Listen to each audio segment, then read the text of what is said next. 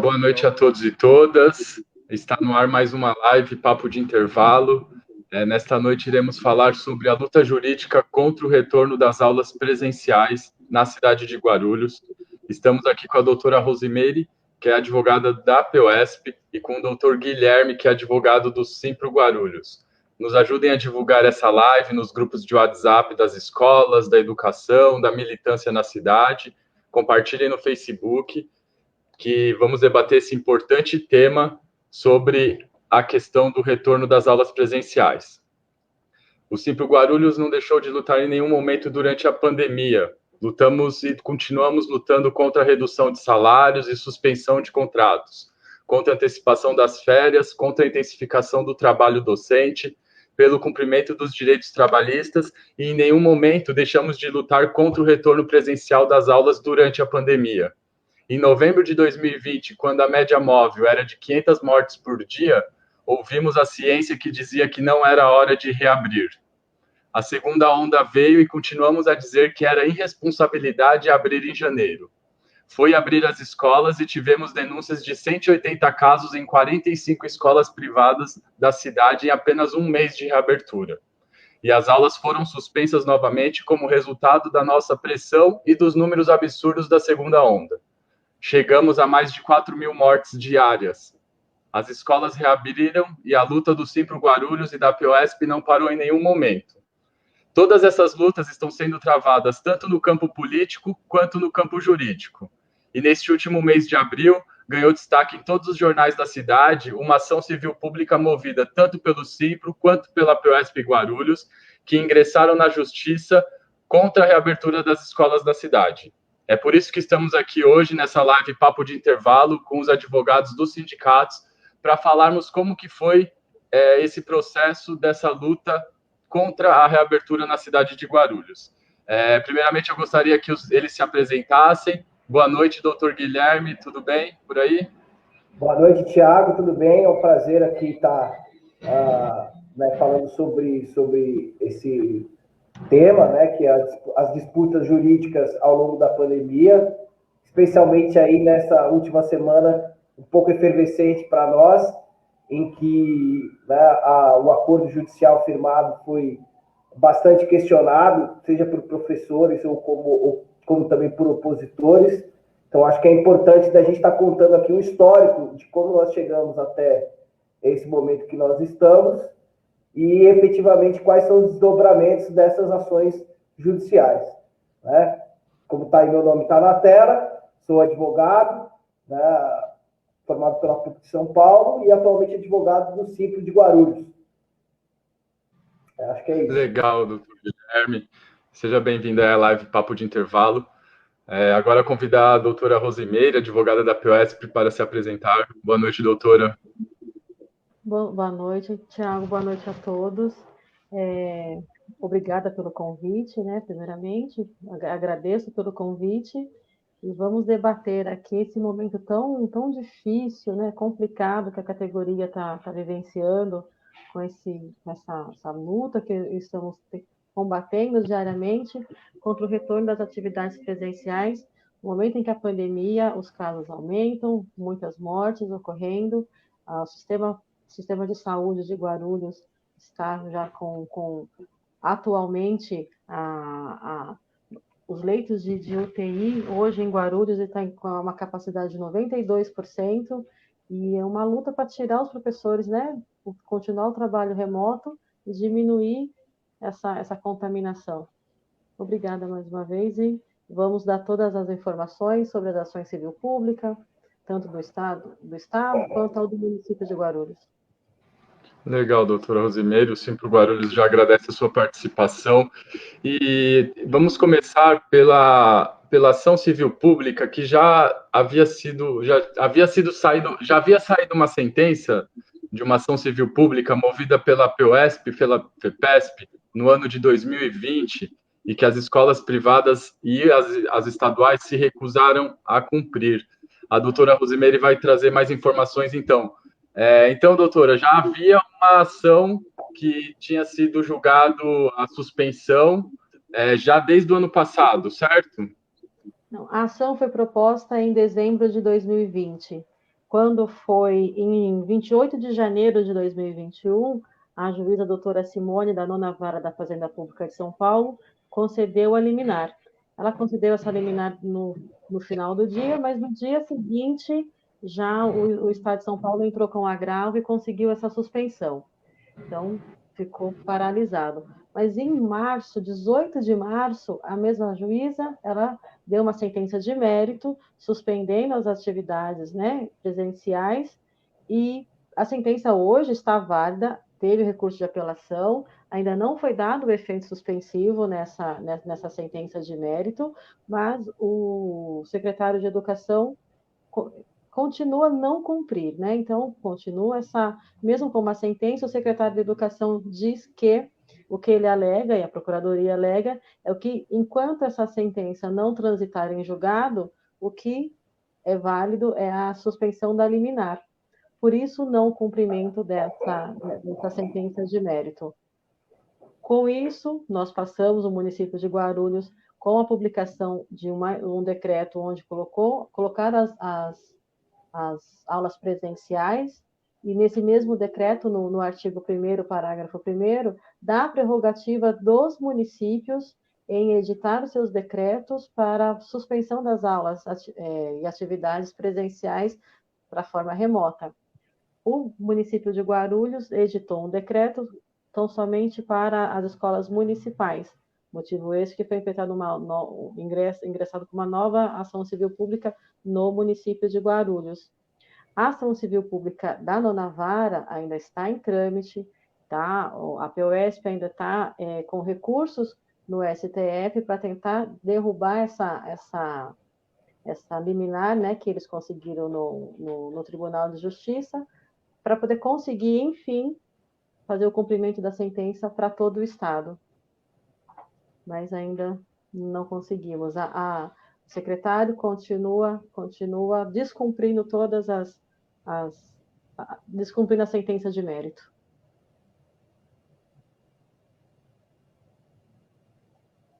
Está desligado seu microfone, Ti. Obrigada. Para o Guarulhos, a gente observando que não estava sendo cumprida essa ação, já de dezembro de 2020, essa sentença, né? Nós entramos com outra ação civil pública, certo, Guilherme? Você quer trazer um pouco desse histórico dessa luta jurídica?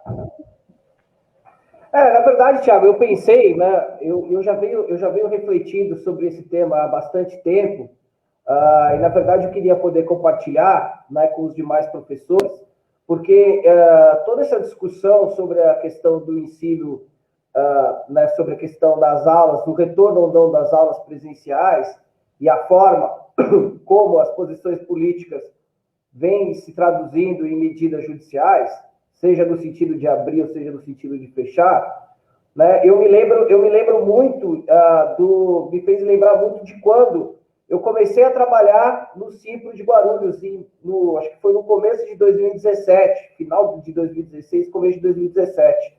Estava ali no início da minha profissão, né, no início da advocacia, e eu lembro que naquele tempo, né, não só o nosso sindicato, né, mas como a grande maioria dos sindicatos professores, a sua grande luta, né, uma das principais pautas, era justamente a luta contra o ensino à distância, né, contra o ensino remoto, que é esse que nós estamos vendo hoje.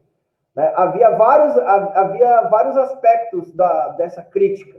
Né? Havia tanto o aspecto da crítica sobre o escopo da precarização do trabalho do professor.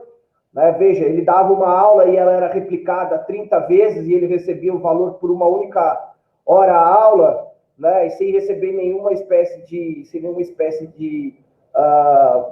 adicional por isso.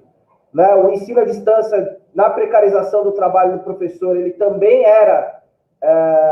ele também foi nesse aspecto que começou a mudar os contratos de trabalho, né, que no EAD começou a se adotar, o que para mim é um absurdo, começar a adotar a interposição de pessoa jurídica para contratação, né, a famosa pejotização. Ela veio muito casada com o ensino remoto, né, e o ensino à distância no ensino superior.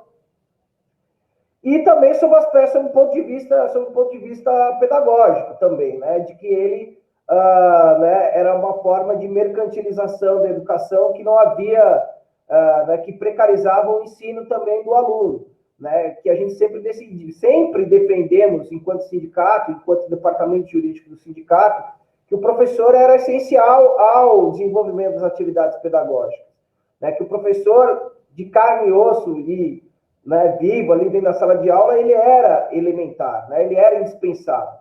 Essa sempre foi a nossa defesa, né? E quando o Bolsonaro começou a se qualificar como candidato e posteriormente foi alçado à presidência da República e em seguida os seus ministros, você pode pegar, né, que ele sempre foi, né, e não só ele, a própria figura, mas a sua ala política, né, da direita e da extrema direita, esses sempre foram os defensores do ensino à distância, inclusive foram aqueles que defenderam, foram ávidos defensores do chamado homeschooling, né, que é a educação pelos pais, como se fosse uma maneira de defender as crianças das garras do professor comunista, autoritário, que doutrina o seu filho. Olha, eu separei aqui até algumas notícias. Vamos lá. Damares defende educação domiciliar. Fui barbaramente abusada na escola, as aspas dela.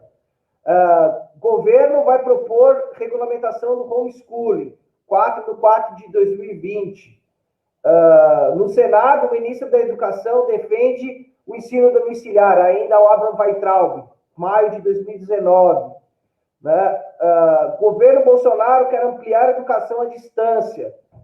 Né? Ou seja, a gente vê que até o início da pandemia, aquilo que se prevalecia era que nós éramos defensores do ensino presencial, do professor em sala de aula, e nós éramos os últimos freios sociais contra o avanço do ensino à distância e do ensino domiciliar. Né? Então, eu acho que é importante a gente trazer isso para a gente poder entender por que agora, nesse momento, né, a roda gira dessa maneira e os polos se invertem desta maneira. Né? Porque a todo instante que eu vou debater este tema, a grande questão que coloca é que os professores não querem trabalhar, que os professores pensam em causa própria, que os professores querem privilégios, que não há uma preocupação comum com as crianças, né, com o desenvolvimento delas, e, portanto, que tem que ter as escolas abertas. Veja, eu acho que é importante, para a gente entender o nosso posicionamento, é importante entender o que nós estamos propriamente, né, pedindo, né, o que nós estamos requerendo. Né? Quem está nos assistindo, que talvez seja leigo em direito, né, talvez já tenha ouvido falar sobre o Instituto do Dano Moral ou do Dano Patrimonial. Né? Quando você, indivíduo, você causa uma lesão ao direito de outro. Né?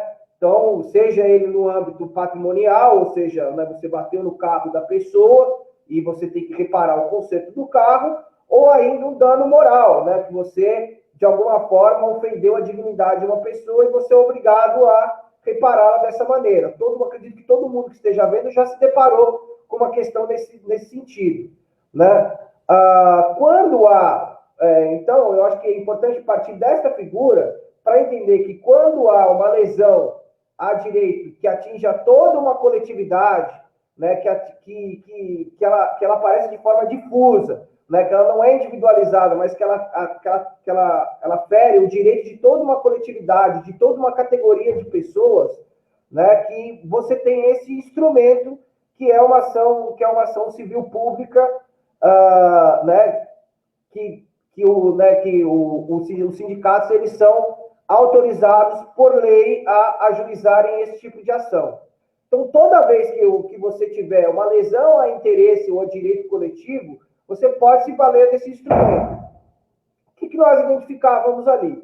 identificávamos ali que não havia, pelo que a ciência nos fornece até agora, de melhores saídas e mais rápidas, principalmente, para os problemas da pandemia, é o isolamento social e a vacina. Não tem outra fórmula mágica. Então, pelos números que se apresentavam no nosso município, de ocupação de leitos, de taxa de infecção, e também dos estudos que já existem sobre as possibilidades de contato e contágio nas escolas, tanto na ação da POSP quanto do Ciclo Guarulhos, cito o mesmo estudo da Universidade de Granada, que fala que uma sala com 20 alunos e um professor pode render até 808 contatos cruzados, ou seja, é bastante coisa, um risco muito grande. Então, diante da iminência deste risco, diante da possibilidade de que, com o retorno às aulas presenciais, haveria uma larga probabilidade, se não que eu possa dizer categoricamente inevitável, haveria um aumento da taxa de contágio, da ocupação de leitos e, possivelmente, o número de mortes. Então, foi defendendo este interesse coletivo, o interesse da categoria dos professores, que seriam lesados com o retorno às aulas presenciais, que nós ajuizamos essa ação civil pública. A ação civil pública, ela há dois pedidos, o que nós chamamos de um pedido liminar e aquele pedido que é o pedido de mérito, pedido final. Ao invés de decidir sobre a questão liminar, de analisar e decidir sobre o nosso pedido liminar, que, como nós vimos, narrado aí pela colega Rosimeire, muitas vezes essas liminares são seguidas, mas logo cassadas, entre outras inseguranças jurídicas que possa vir ter uma decisão liminar em época de pandemia, o juiz da Vara da Fazenda Pública de Guarulhos, de uma forma muito inteligente, eu acho que deveria ser exemplo para demais comarcas de fazenda pública por todo o Brasil, que ele preferiu antes ele designou uma audiência de conciliação. As nossas redes sociais têm sido bombardeadas com o fato de que as entidades patronais ou as escolas particulares individualmente não faziam parte do processo e não estariam como parte dessa negociação. Bom, nós já esclarecemos isso textualmente, mas acho que vale a pena dizer de novo, porque o Supremo Tribunal Federal, no julgamento de uma ação direta de inconstitucionalidade, decidiu que os estados e municípios têm, eles têm o poder decisório de decidir sobre o funcionamento de serviços públicos e privados e também sobre as restrições de circulação. E ainda, o STF também já decidiu que nenhum conflito de normas entre uma norma mais branda e uma norma mais restritiva, que prevalece sempre aquela mais restritiva. Então, portanto, as entidades patronais não são parte do processo porque não há... porque simplesmente eles não têm o poder decisório. Assim como todos os prefeitos e governadores não tiveram ao seu lado as entidades patronais do comércio, da indústria ou de qualquer outro lugar, quando foram decididos sobre a continuidade ou não desses serviços, de igual forma também não foram consultadas as entidades patronais nessa ação civil pública que fala sobre a educação. Eu acho que também vale falar que tem sido, alguns pais que participam desses movimentos de abertura das escolas têm tentado impetrar mandados de segurança para invalidar o acordo, mas, em via de regra, tem todos eles sido rejeitados. Eles têm sido rejeitados assim, de forma bastante categórica pelos juízes do mesmo tribunal que tem derrubado as liminares. Por quê? Porque eles entendem que, estando o administrador público mais competente para decidir sobre a manutenção ou não se não atenção não, das aulas presenciais, estava presente, representando a municipalidade no acordo, estava presente o Ministério Público da Vara da Infância e Juventude de Guarulhos, e ninguém se opôs, e todos concordaram com o acordo. Então, eu acho que não há o que dizer se não cumprir. Né? É óbvio que a gente vem sofrendo essas tentativas, né, de tentar politicamente invalidar o nosso acordo, né, que, por hora, eles podem até estar sendo sucedidos no sentido de que estão conseguindo impor a fórceps a continuação das aulas no setor privado de Guarulhos, mas que isso terá suas consequências jurídicas, né, terá suas eventuais responsabilizações. Né? Talvez, no aspecto individual, seja complicado, mas no aspecto coletivo possa, sim, haver responsabilização das escolas e das entidades patronais. E eu queria dizer também algo que, assim, o Simplo Guarulhos sempre está aberto ao debate público e sempre está aberto à controvérsia de ideias. Né? Agora, o que é inaceitável é esses movimentos que se escondem sob o anonimato. Né? A Constituição Federal ela é muito clara quando ela diz que é livre a manifestação do pensamento, mas é vedado o seu anonimato. Ou seja, para que você possa expressar livremente a sua manifestação e o seu pensamento, você precisa se identificar. Não basta você se apresentar somente como um movimento de escolas abertas de Guarulhos. É necessário que você diga quem é que está alimentando essa página. Eu quero saber quem financia esse movimento. Quem está por trás desse movimento? São entidades patronais? São escolas particulares? São donos de escola? Né? Porque isso é fundamental para o debate público. Né? Eu defendo os interesses da categoria de professores, mas defendo igualmente todos os princípios constitucionais e acredito que estou submetido a eles.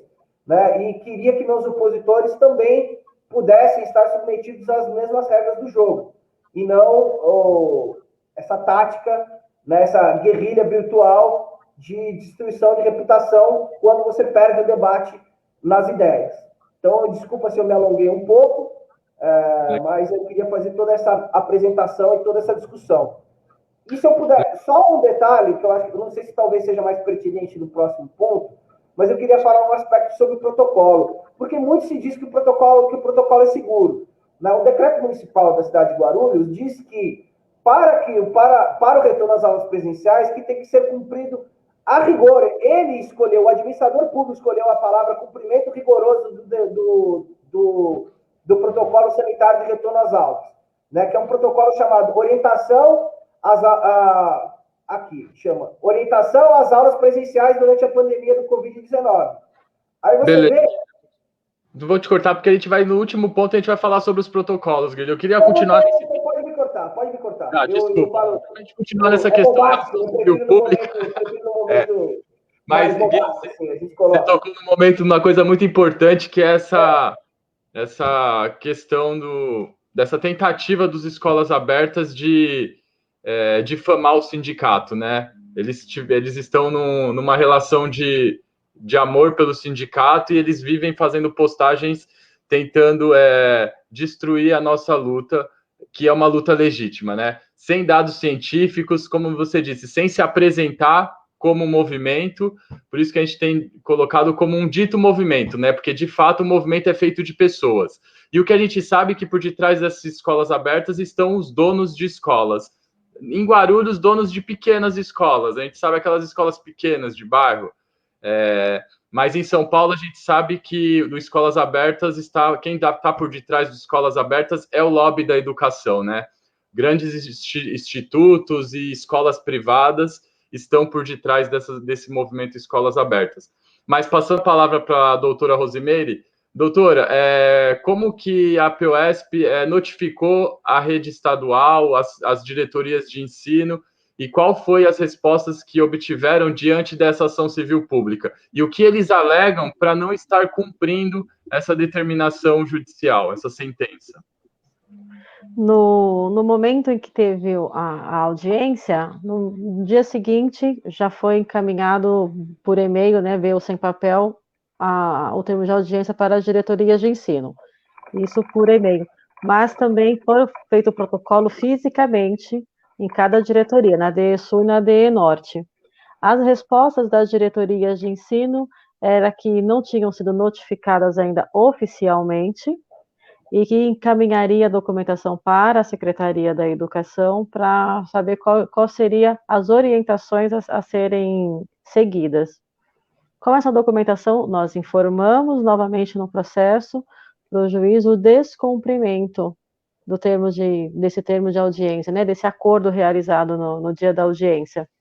Com essa informação no descumprimento, o juiz pediu uma nova intimação para a prefeitura fazer a realização da expedição do decreto, porque as diretorias de ensino alegam que, no termo de acordo, ficou estipulado que teria que ser realizado a publicação de um novo decreto por parte do prefeito, e que isso, enquanto não fosse editado e publicado esse decreto, não teria como fazer o cumprimento desse acordo.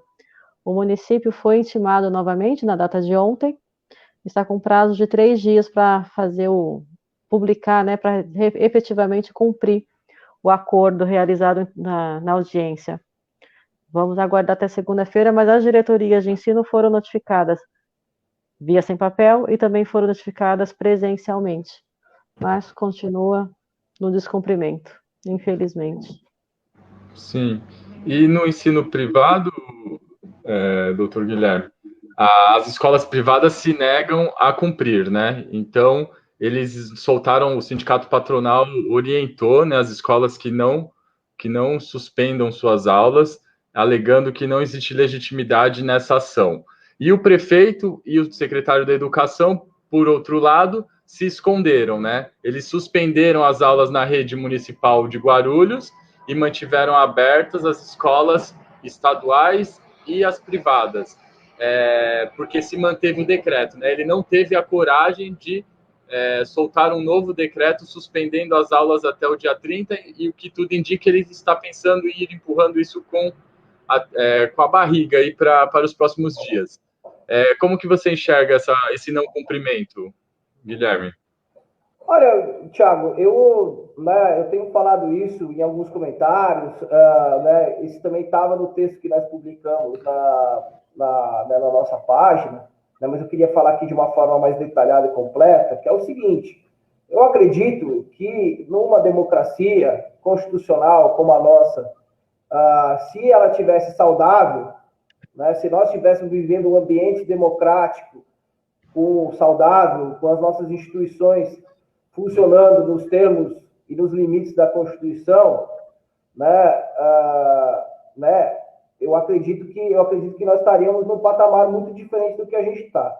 Porque, veja, qualquer escola particular, qualquer pai que se sentir lesado, qualquer movimento cívico, social que se sentir lesado, qualquer entidade patronal, ou seja, de uma escola ou de várias escolas, né, uma entidade, quer dizer, desculpa, entidade patronal é sempre de múltiplas escolas. Qualquer pessoa física ou jurídica que se oponha ao cumprimento do acordo, ou que se oponha ao conteúdo do acordo, numa sociedade democrática saudável, ela optaria pela mesma via que nós fomos buscar. Nós não fomos impor na força, nós não botamos barricada na frente de porta de escola, nós não fizemos isso. Nós buscamos o Poder Judiciário para que o Poder Judiciário tomasse uma atitude, seja para dar uma decisão ou ainda mediar um acordo, como foi feito.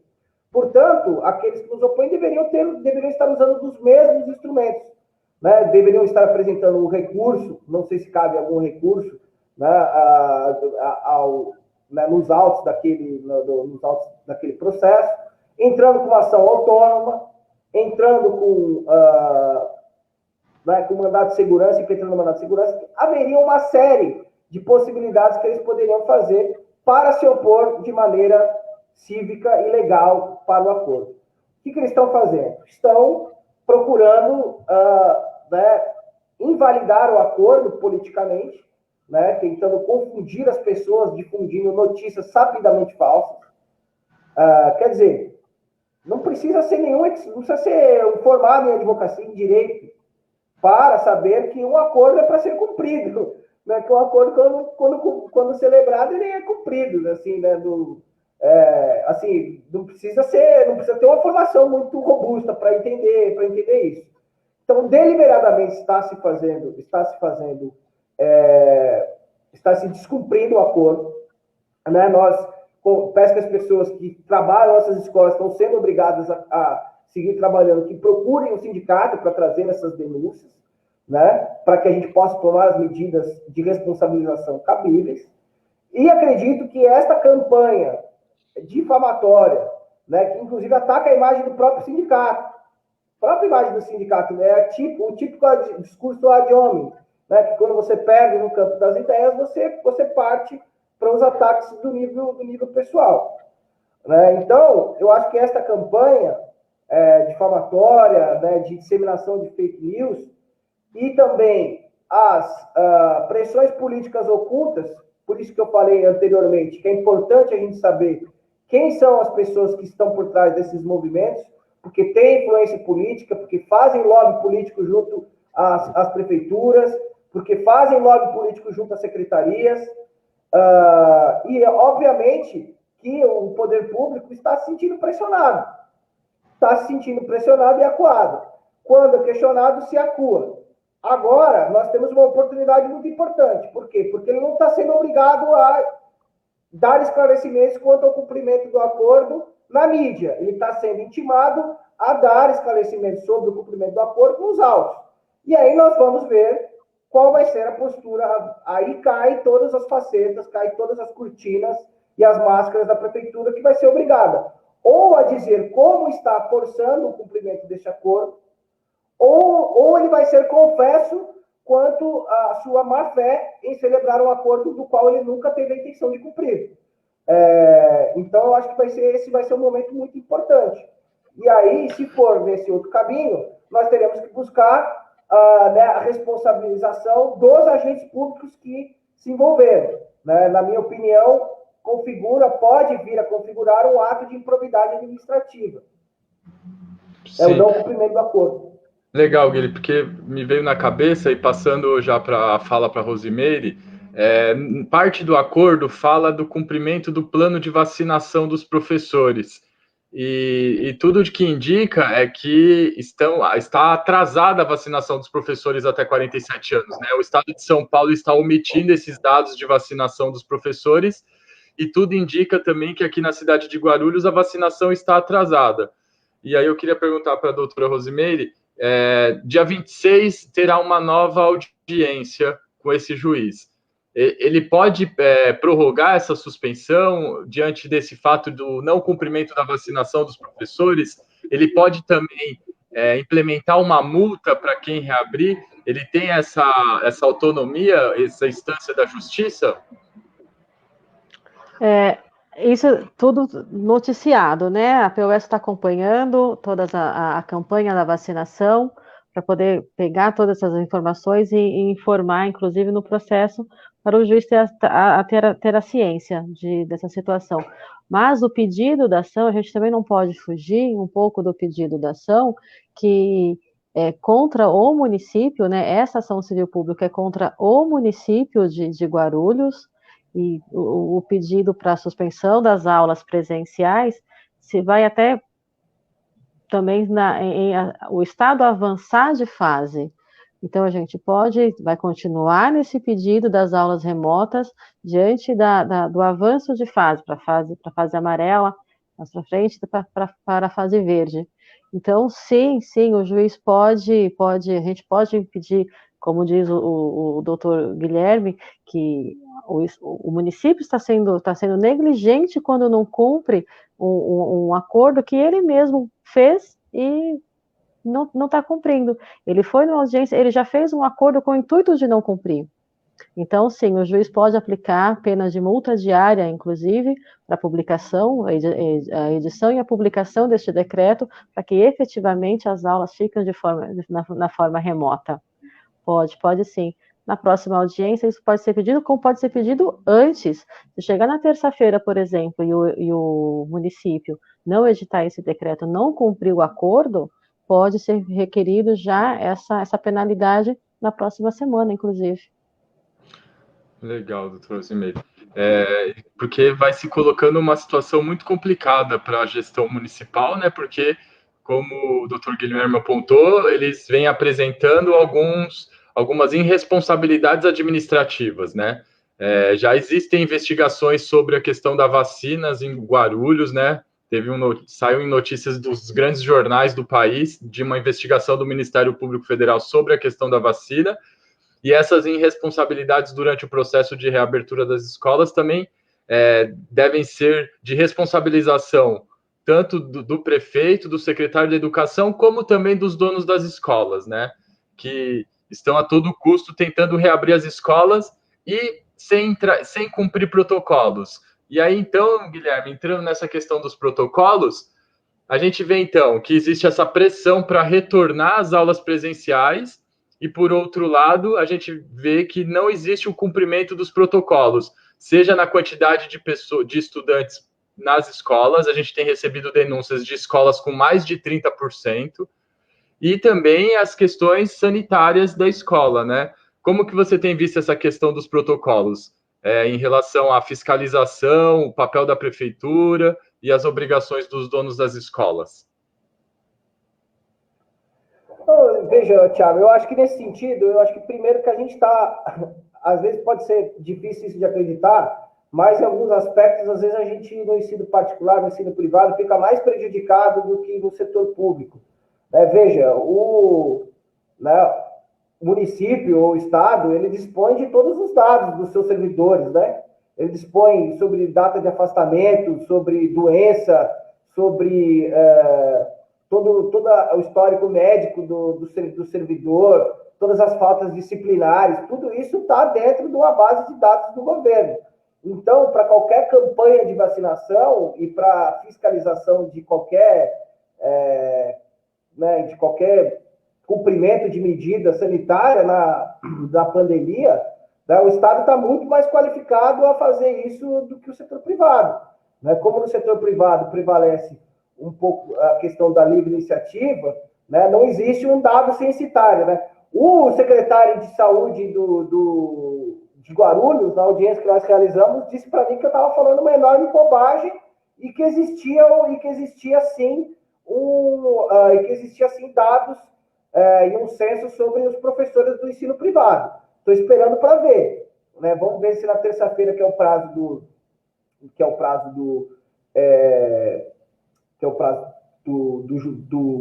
o juiz concedeu para as escolas se explicarem, né? Para a municipalidade se explicar, se a municipalidade vai falar sobre essa questão.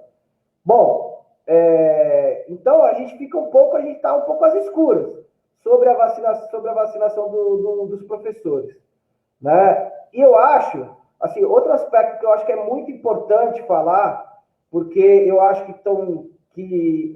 eu acho que uma das maiores sacanagens que estão sendo feitas com os professores, com essa categoria, que é tão imprescindível para o nosso país e para o desenvolvimento do nosso país, é culpabilizá-los pelos problemas que as crianças e os adolescentes sofrem com a falta da sala de aula.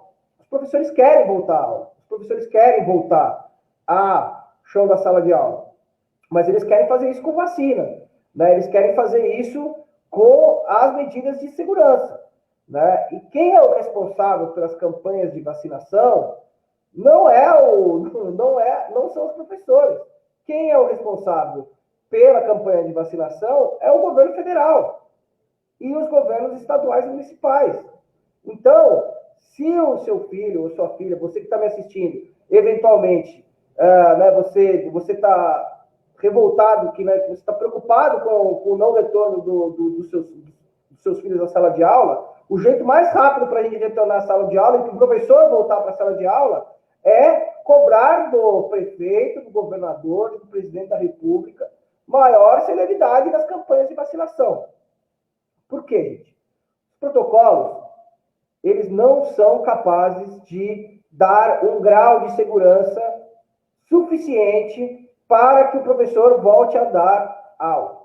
Eu comecei a falar, né, quando eu toco de abertura aqui, quando eu comecei a falar na abertura, que né, o decreto de autorização do retorno às aulas presenciais no município de Guarulhos, ele, no próprio decreto, ou seja, o prefeito, o administrador público, o secretário que estava editando a norma a ser aplicada, ele quis colocar ali um cumprimento rigoroso do protocolo né, das orientações do retorno às aulas presenciais de Guarulhos. Né? Eu queria aqui ler para vocês, aqui, vocês desculpem, gente, que eu tenho um monte de aba aberta, mas eu vou achar aqui. Aqui, ó, na introdução do documento, desse protocolo, que chama Orientação, Volta às Aulas, Covid-19, Guarulhos, né? Tá aqui. Não existem protocolos que garantam a segurança sanitária dos estudantes e profissionais com base nas informações que temos disponíveis até o momento. Está aqui. Né? Ou seja, do tipo, a própria municipalidade, no próprio documento que ela fornece como parâmetro científico, né, como parâmetro científico de protocolo para retorno às aulas, ele diz que não consegue garantir a segurança. Então, o que ele tá dizendo assim? Vamos, e quem tiver que morrer, morreu. Entendeu? Não dá para garantir, então quem morrer, morreu. Então, gente, assim, o sindicato que tem o objetivo institucional de defender a categoria da vida dos professores, ele não pode ficar silente quanto a isso. Aqui a gente está atuando em defesa da vida, da saúde e do bem-estar. Né? Então, eu digo isso sobre a vacinação e sobre sobre a questão dos protocolos. Né? E os estudos, eu citei os estudos também, os contatos cruzados. Né? Assim, as novas cepas, a gente não sabe, né, como a coisa vai ficando cada vez pior. Muitas das escolas particulares não fornecem o material, o professor tem que levar o material de casa. Agora tem que comprar a tal da máscara PFF2. Alguém me corrija se eu estiver falando errado. Ela custa 3 vezes mais do que a máscara de pano. Né? O álcool em gel custa. E isso não está sendo fornecido. Se nem no público está sendo fornecido, quem dirá no privado. Né? Em São Paulo, o prefeito tentou colocar as mães para fiscalizar as salas de aula e está devendo para as mães lá. Saiu matéria agora, enfim. Desculpa, a gente que é advogado, é um bicho meio prolixo, assim, a gente acaba falando mais do que a boca. Guilherme, mas Thiago, por favor, me interrompa. Você tocou numa questão muito importante, que é a impossibilidade do cumprimento dos protocolos, principalmente nesses lugares fechados, né? E quando a gente diz ainda de crianças, a gente está dizendo de uma dificuldade muito maior. Como foi relatado em Guarulhos, lá na primeira reabertura, nos primeiros 30 dias, foram mais de 180 casos em 45 escolas privadas, inclusive em grandes colégios caros da cidade, né? E esses casos continuam acontecendo. O que a gente sabe é que existe um processo de silenciamento dos casos nas escolas. Tentaram silenciar o sindicato e estão tentando silenciar os professores para que os casos não saiam da escola, né? Mas, de fato, não existe ambiente seguro dentro das escolas privadas de Guarulhos, por mais cara que seja a escola. Uma das escolas mais caras de Guarulhos já está chegando na marca de quase 100 casos de contaminações entre funcionários e estudantes. E, Rosimeire, se nas escolas privadas a garantia dos protocolos é muito difícil, como que está nas escolas estaduais? Estão chegando muitas denúncias de não cumprimento? Existe recursos como álcool em gel e máscara para os professores? E os casos? Como que estão os casos na rede estadual de contaminações? Na rede estadual, a maioria dos casos as escolas escondem, né? Fica uma omissão. Nós pedimos para os professores fazer as denúncias para a gente no sindicato, para a gente poder conseguir chegar até as unidades escolares e efetivamente verificar as condições dos cumprimentos do protocolo. Mesmo sabendo que os protocolos não tem, mesmo sendo seguidos os protocolos, não evita, não tem como evitar a disseminação do vírus. Até porque tem professores que vão para as unidades escolares, têm que atender os alunos. Nós estamos orientando os professores para continuar no trabalho remoto, fazer o protocolo das sentenças de mérito e agora o termo de acordo, e permanecer no trabalho remoto, porque tem a resolução SEDUC 11, relata todo o protocolo que tem que ser cumprido na unidade escolar. Só que a gente vai na unidade escolar, as pessoas entram sem máscara, o álcool gel, algumas unidades escolares no município de Arujá, estava com álcool gel vencido no ano passado. Não tem. A precarização da escola pública é de fato conhecida, né? Fala que na escola privada não fornece, no público também tem uma precarização muito grande para os docentes, para os alunos, e atender a população também nas unidades escolares mais distantes, né, dos bairros mais distantes de Guarulhos, ainda tem uma população densa, são muitos alunos que vão até a escola, vão atrás da merenda, tem que ter esse acolhimento, e os protocolos não são seguidos. Nós temos denúncias de unidades escolares de professores indo trabalhar com Covid e a direção omite, omissão total por parte da direção, mesmo tendo que relatar, mesmo tendo que seguir a resolução SEDUC, o do distanciamento, do álcool gel, da medida de temperatura. Se um aluno ou um servidor for confirmado, né, a contaminação, tem que fazer fazer a comunicação para o órgão oficial, mas isso não está ocorrendo. As denúncias chegam e a POS vai averiguar todas essas denúncias. Tem que ser averiguada. Por isso a luta, né? A luta para o trabalho remoto. Sim, e eu acho que um problema que se agrava é a não divulgação desses dados, né? Exatamente. O Dória tem omitido esses dados que são fundamentais para a compreensão da proliferação do Covid entre professores e estudantes e até mesmo a comunidade escolar, e a gente vê que não está sendo feito esse levantamento ou está sendo escondido, né? Esse processo de reabertura das escolas... Pode falar, doutora. É escondido. As diretoras, né, algumas diretoras de unidades escolares, elas omitem, tem uma omissão grandiosa com números de professores com contágio, servidores com contágio, professores que faleceram nas últimas semanas, vários falecimentos de professores, e a unidade escolar continua aberta. Seus pares teve contato com o professor adoecido, o professor veio a falecer e a unidade escolar continua aberta. Omissão. Sim, o Dória nunca nos enganou, né? Ele é tão genocida quanto o Bolsonaro. Ambos estão adotando e sempre adotaram uma necropolítica na qual não se tem essa preocupação em preservar as vidas, né? Existe sim um interesse em respostas ao mercado, e nesse caso da reabertura das escolas, a resposta que o Dória está dando é para o mercado da educação, né? É muito nítido que a pressão ela vem dos interesses privados, né? Essa pressão para a reabertura das escolas vem a partir do interesse desse mercado da educação, porque o ano passado trabalhamos muito mais, principalmente na educação privada, que a gente sabe que existia um processo de intensificação do trabalho. Utilizamos da nossa internet, da nossa mesa, da nossa casa, da nossa luz, não recebemos nada por isso, e agora eles resolveram que é preciso retornar e jogaram todos os professores novamente para a sala de aula no momento mais grave da pandemia, né? Porque o retorno se deu quando estávamos nos números lá em cima, com 4 mil mortos diariamente. E agora os números continuam extremamente altos, e o grande risco que existe é de uma terceira onda, né? especialistas já apontam que essa terceira onda ela pode iniciar a partir das 2.000 mortes diárias, e isso será um risco para todo o país, né? Então, a reabertura das escolas ela está se dando num momento extremamente grave da pandemia no país.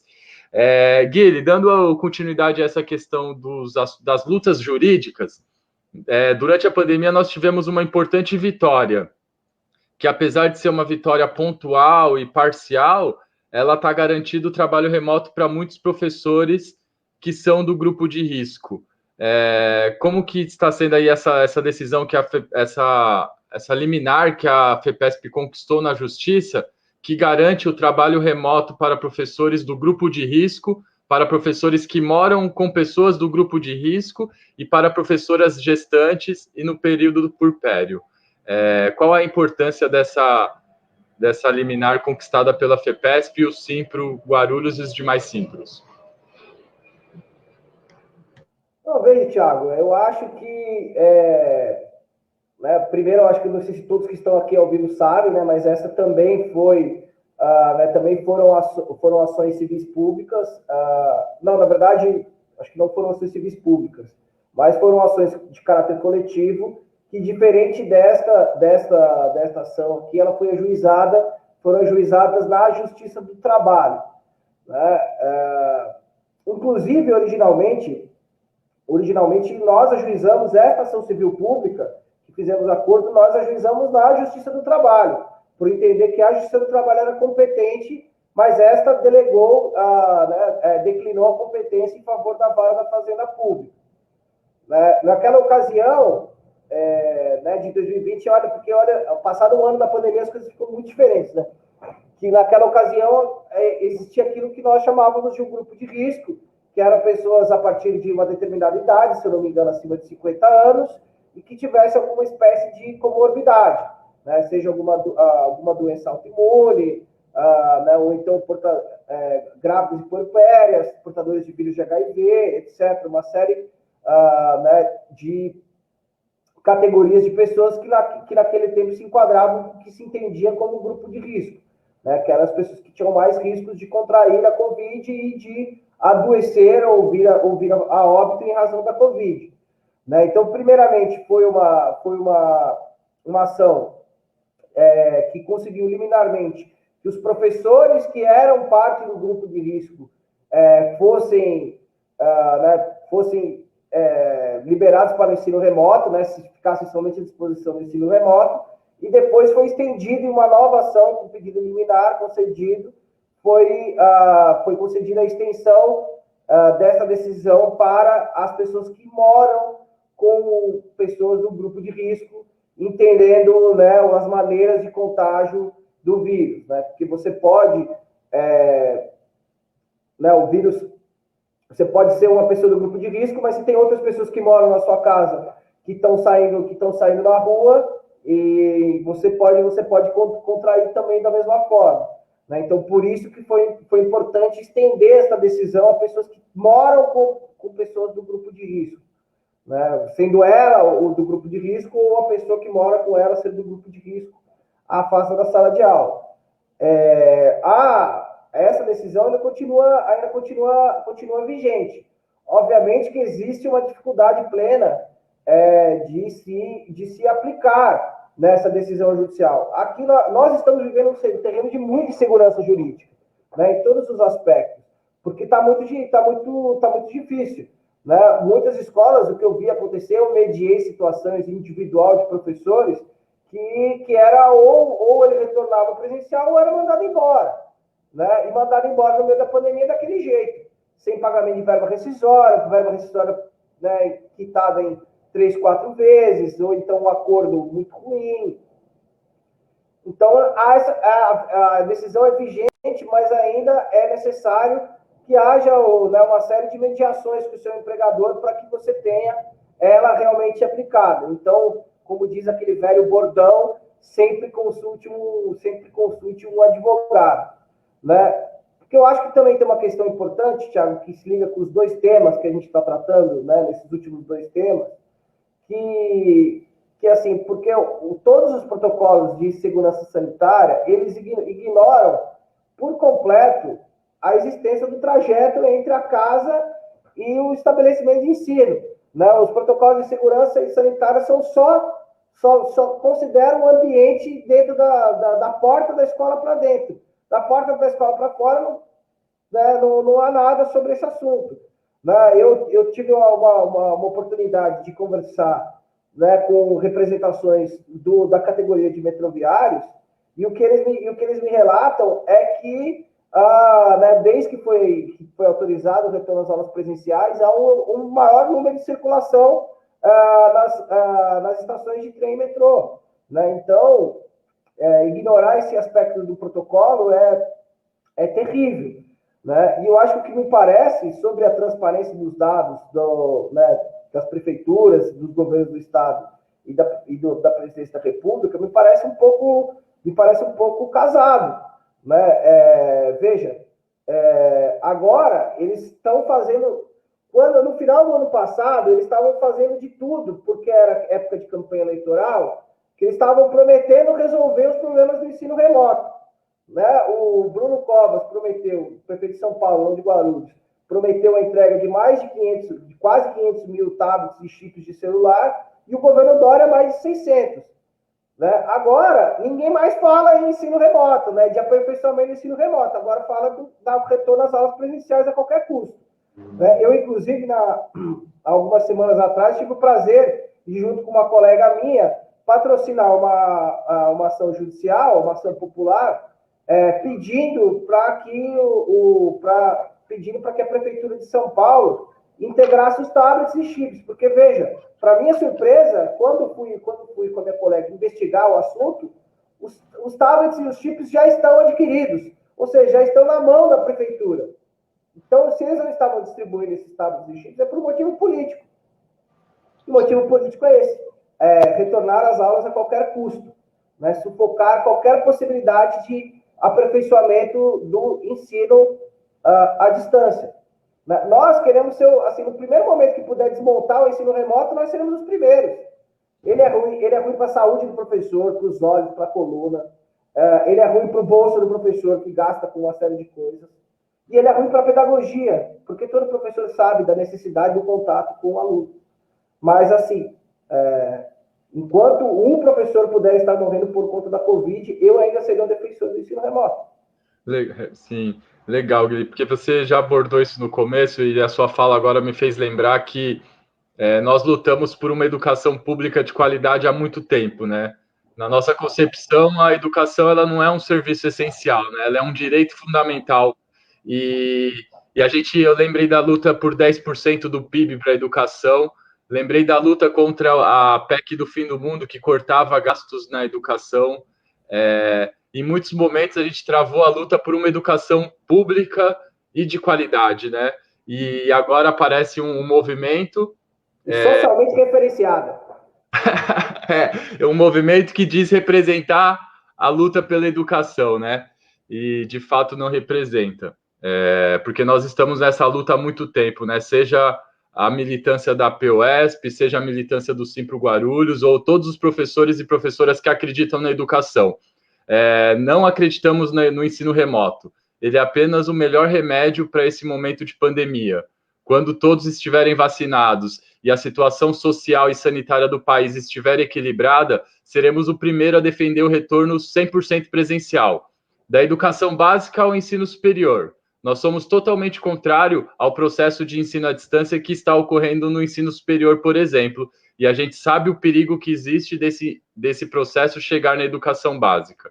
Então, é uma contradição, né? Porque a gente sabe que daqui a um tempo, quando a pandemia passar, serão esses donos de escolas privadas que estarão defendendo o ensino remoto, como eles já defenderam durante o processo da reforma do ensino médio, na qual aprovaram 40% do ensino médio à distância. Então, é importante ficar atento a essa questão, né? Estamos defendendo o ensino remoto neste momento da pandemia, porque a educação é um ato que deve se dar presencialmente, desde que existam condições sanitárias no país. Rosimeire, e no estado essa questão, a gente está chegando ao fim da live, mas só para a gente finalizar, em relação à garantia do trabalho remoto para os professores do grupo de risco, como que está essa questão no estado? No estado, a SEDUC no 11 de 26 de janeiro de 2021, a garantia dos professores de grupo de risco, com a entrega do atestado na unidade escolar, automaticamente já fica no trabalho remoto. Isso tem a garantia pela legislação. O único problema que nós estamos enfrentando e tendo que entrar com as medidas, os mandados de segurança individuais, são os professores que moram com familiares do grupo de risco. Porque a resolução a SEDUC 11 garante só para o professor do grupo de risco, e não para o que mora, né? Mãe, pai, filhos. Nesse sentido, entramos com mandado de segurança individual para a garantia do trabalho remoto seja extensivo ao membro familiar. Mas sempre conseguindo as medidas para garantir a saúde, a vida de todos os servidores, todos os professores e os seus familiares. Legal, doutora. Muito obrigado pelos esclarecimentos. A gente agora, então, fazendo uma rodada final. Doutor Guilherme, para suas considerações finais, aí, qual que é a sua expectativa aí para as próximas semanas dentro dessa luta jurídica contra o retorno das aulas presenciais? Quais os caminhos que iremos percorrer? Quais as possibilidades que estão à frente? Eu só queria, antes de fazer essa consideração final, na que você tocou aí no aspecto, vou tentar ser o mais breve possível, tá, gente? Acho que me aluguei em todas as minhas falas, vocês me desculpem, tá? Mas eu acho que está sendo feita uma grande sacanagem, né? Uma sacanagem que ela é muito semântica. O que acontece?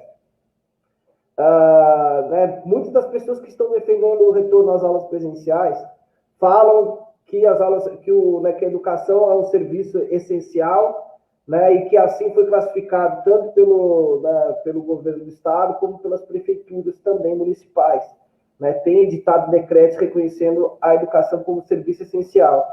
E há uma diferença substancial entre você falar da educação como um direito essencial no sentido amplo da palavra, né, no sentido lato sensu, e tem uma diferença crucial com o que isso significa no universo jurídico, né? É claro que, no aspecto amplo, todos nós aqui vamos dizer que a educação é essencial. Ela é essencial ao desenvolvimento da sociedade, ela é essencial ao desenvolvimento da ciência, ela é essencial ao desenvolvimento da tecnologia, né? Mas, assim, a educação ela não é essencial no sentido jurídico da palavra, que é definido pela lei de greve, que é a nossa regra infraconstitucional, que define juridicamente o que é um serviço essencial, que é aquele cuja interrupção possa causar alguma espécie de ruptura no tecido social. E esse não é o caso. Né? Principalmente quando há um meio alternativo de você prestar esse serviço público, que é mediante o ensino remoto. Né? Aqui, a coleta de lixo, que é um serviço essencial, não dá para ter um robozinho indo ali na frente da sua casa e levando embora o lixo. Por isso, ele é considerado essencial. Né? A produção de diesel, de gasolina na indústria petroleira é outra que permanece. Por quê? Porque não é possível, se a gente parar a produção de petróleo, né, a gente não vai conseguir desenvolver nenhuma das nossas atividades enquanto sociedade, rompe com o tecido social. Então, a educação ela é essencial no sentido que ela é uma prioridade de qualquer sociedade, mas ela não é essencial no sentido jurídico, né? Então, eu queria terminar falando para a gente continuar lutando com prioridade a educação, né? Eu acho que existe o papel dessa trincheira jurídica e judicial que nós estamos fazendo, né, que primeiro foi conseguir, junto com a atuação brilhante do magistrado da Vara da Fazenda Pública, ter chegado a este acordo comum de suspensão das aulas até o dia 31 de maio, condicionado com as campanhas de vacinação. Infelizmente, para renovar esse acordo, para renovar essa extensão, nós vamos precisar chegar a um acordo com a municipalidade. E, então, a briga jurídica, né, nos autos do processo, elas estão sendo feitas todas a contento. Agora, ela precisa vir combinada como sempre, óbvio, né, que nos limites né, que a lei nos confere para exercer nossa cidadania e exercer a política, né, nós devemos cobrar das autoridades públicas que tenham uma postura proativa, seja no cumprimento do acordo no nosso município, né, garantindo que a aula continue remota até que se tenha novos índices de contaminação, e também, de outro lado, lutando para o aperfeiçoamento, né, do ensino remoto, né, lutando que, se o seu filho está na escola particular, lutando que a escola né, forneça os meios ao professor para ele poder dar o ensino remoto, seja no ensino público você batalhando para que o governo forneça aquilo que ele já prometeu, né, os tablets e chips dos seus alunos, e o ambiente virtual saudável para que o professor possa exercer a sua profissão com segurança e dignidade. Então, é isso. Agradeço muito o convite, agradeço essa oportunidade para falar sobre esse tema que é tão caro a mim, e agradeço a todos os telespectadores que estão aí, em especial aos professores dessa categoria que tanto admiro, né, não só pelo fato de ser efetivamente empregado do sindicato, mas também por uma razões de afeto e de puro afeto mesmo. Então, muito obrigado e até uma próxima, se me convidarem de novo, porque falei pra caramba. Vamos sim, Guilherme. Aliás, eu esqueci de falar que essa é a segunda live que o Dr. Guilherme, advogado do Simpro Guarulhos, do Sindicato dos Professores. A primeira live foi sobre a greve sanitária.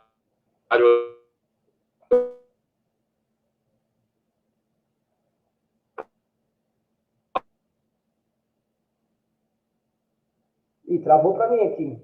Passado.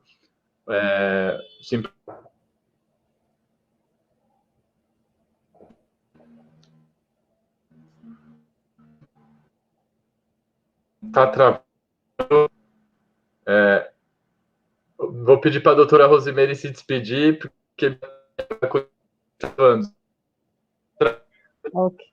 Tá ok, obrigada, Thiago.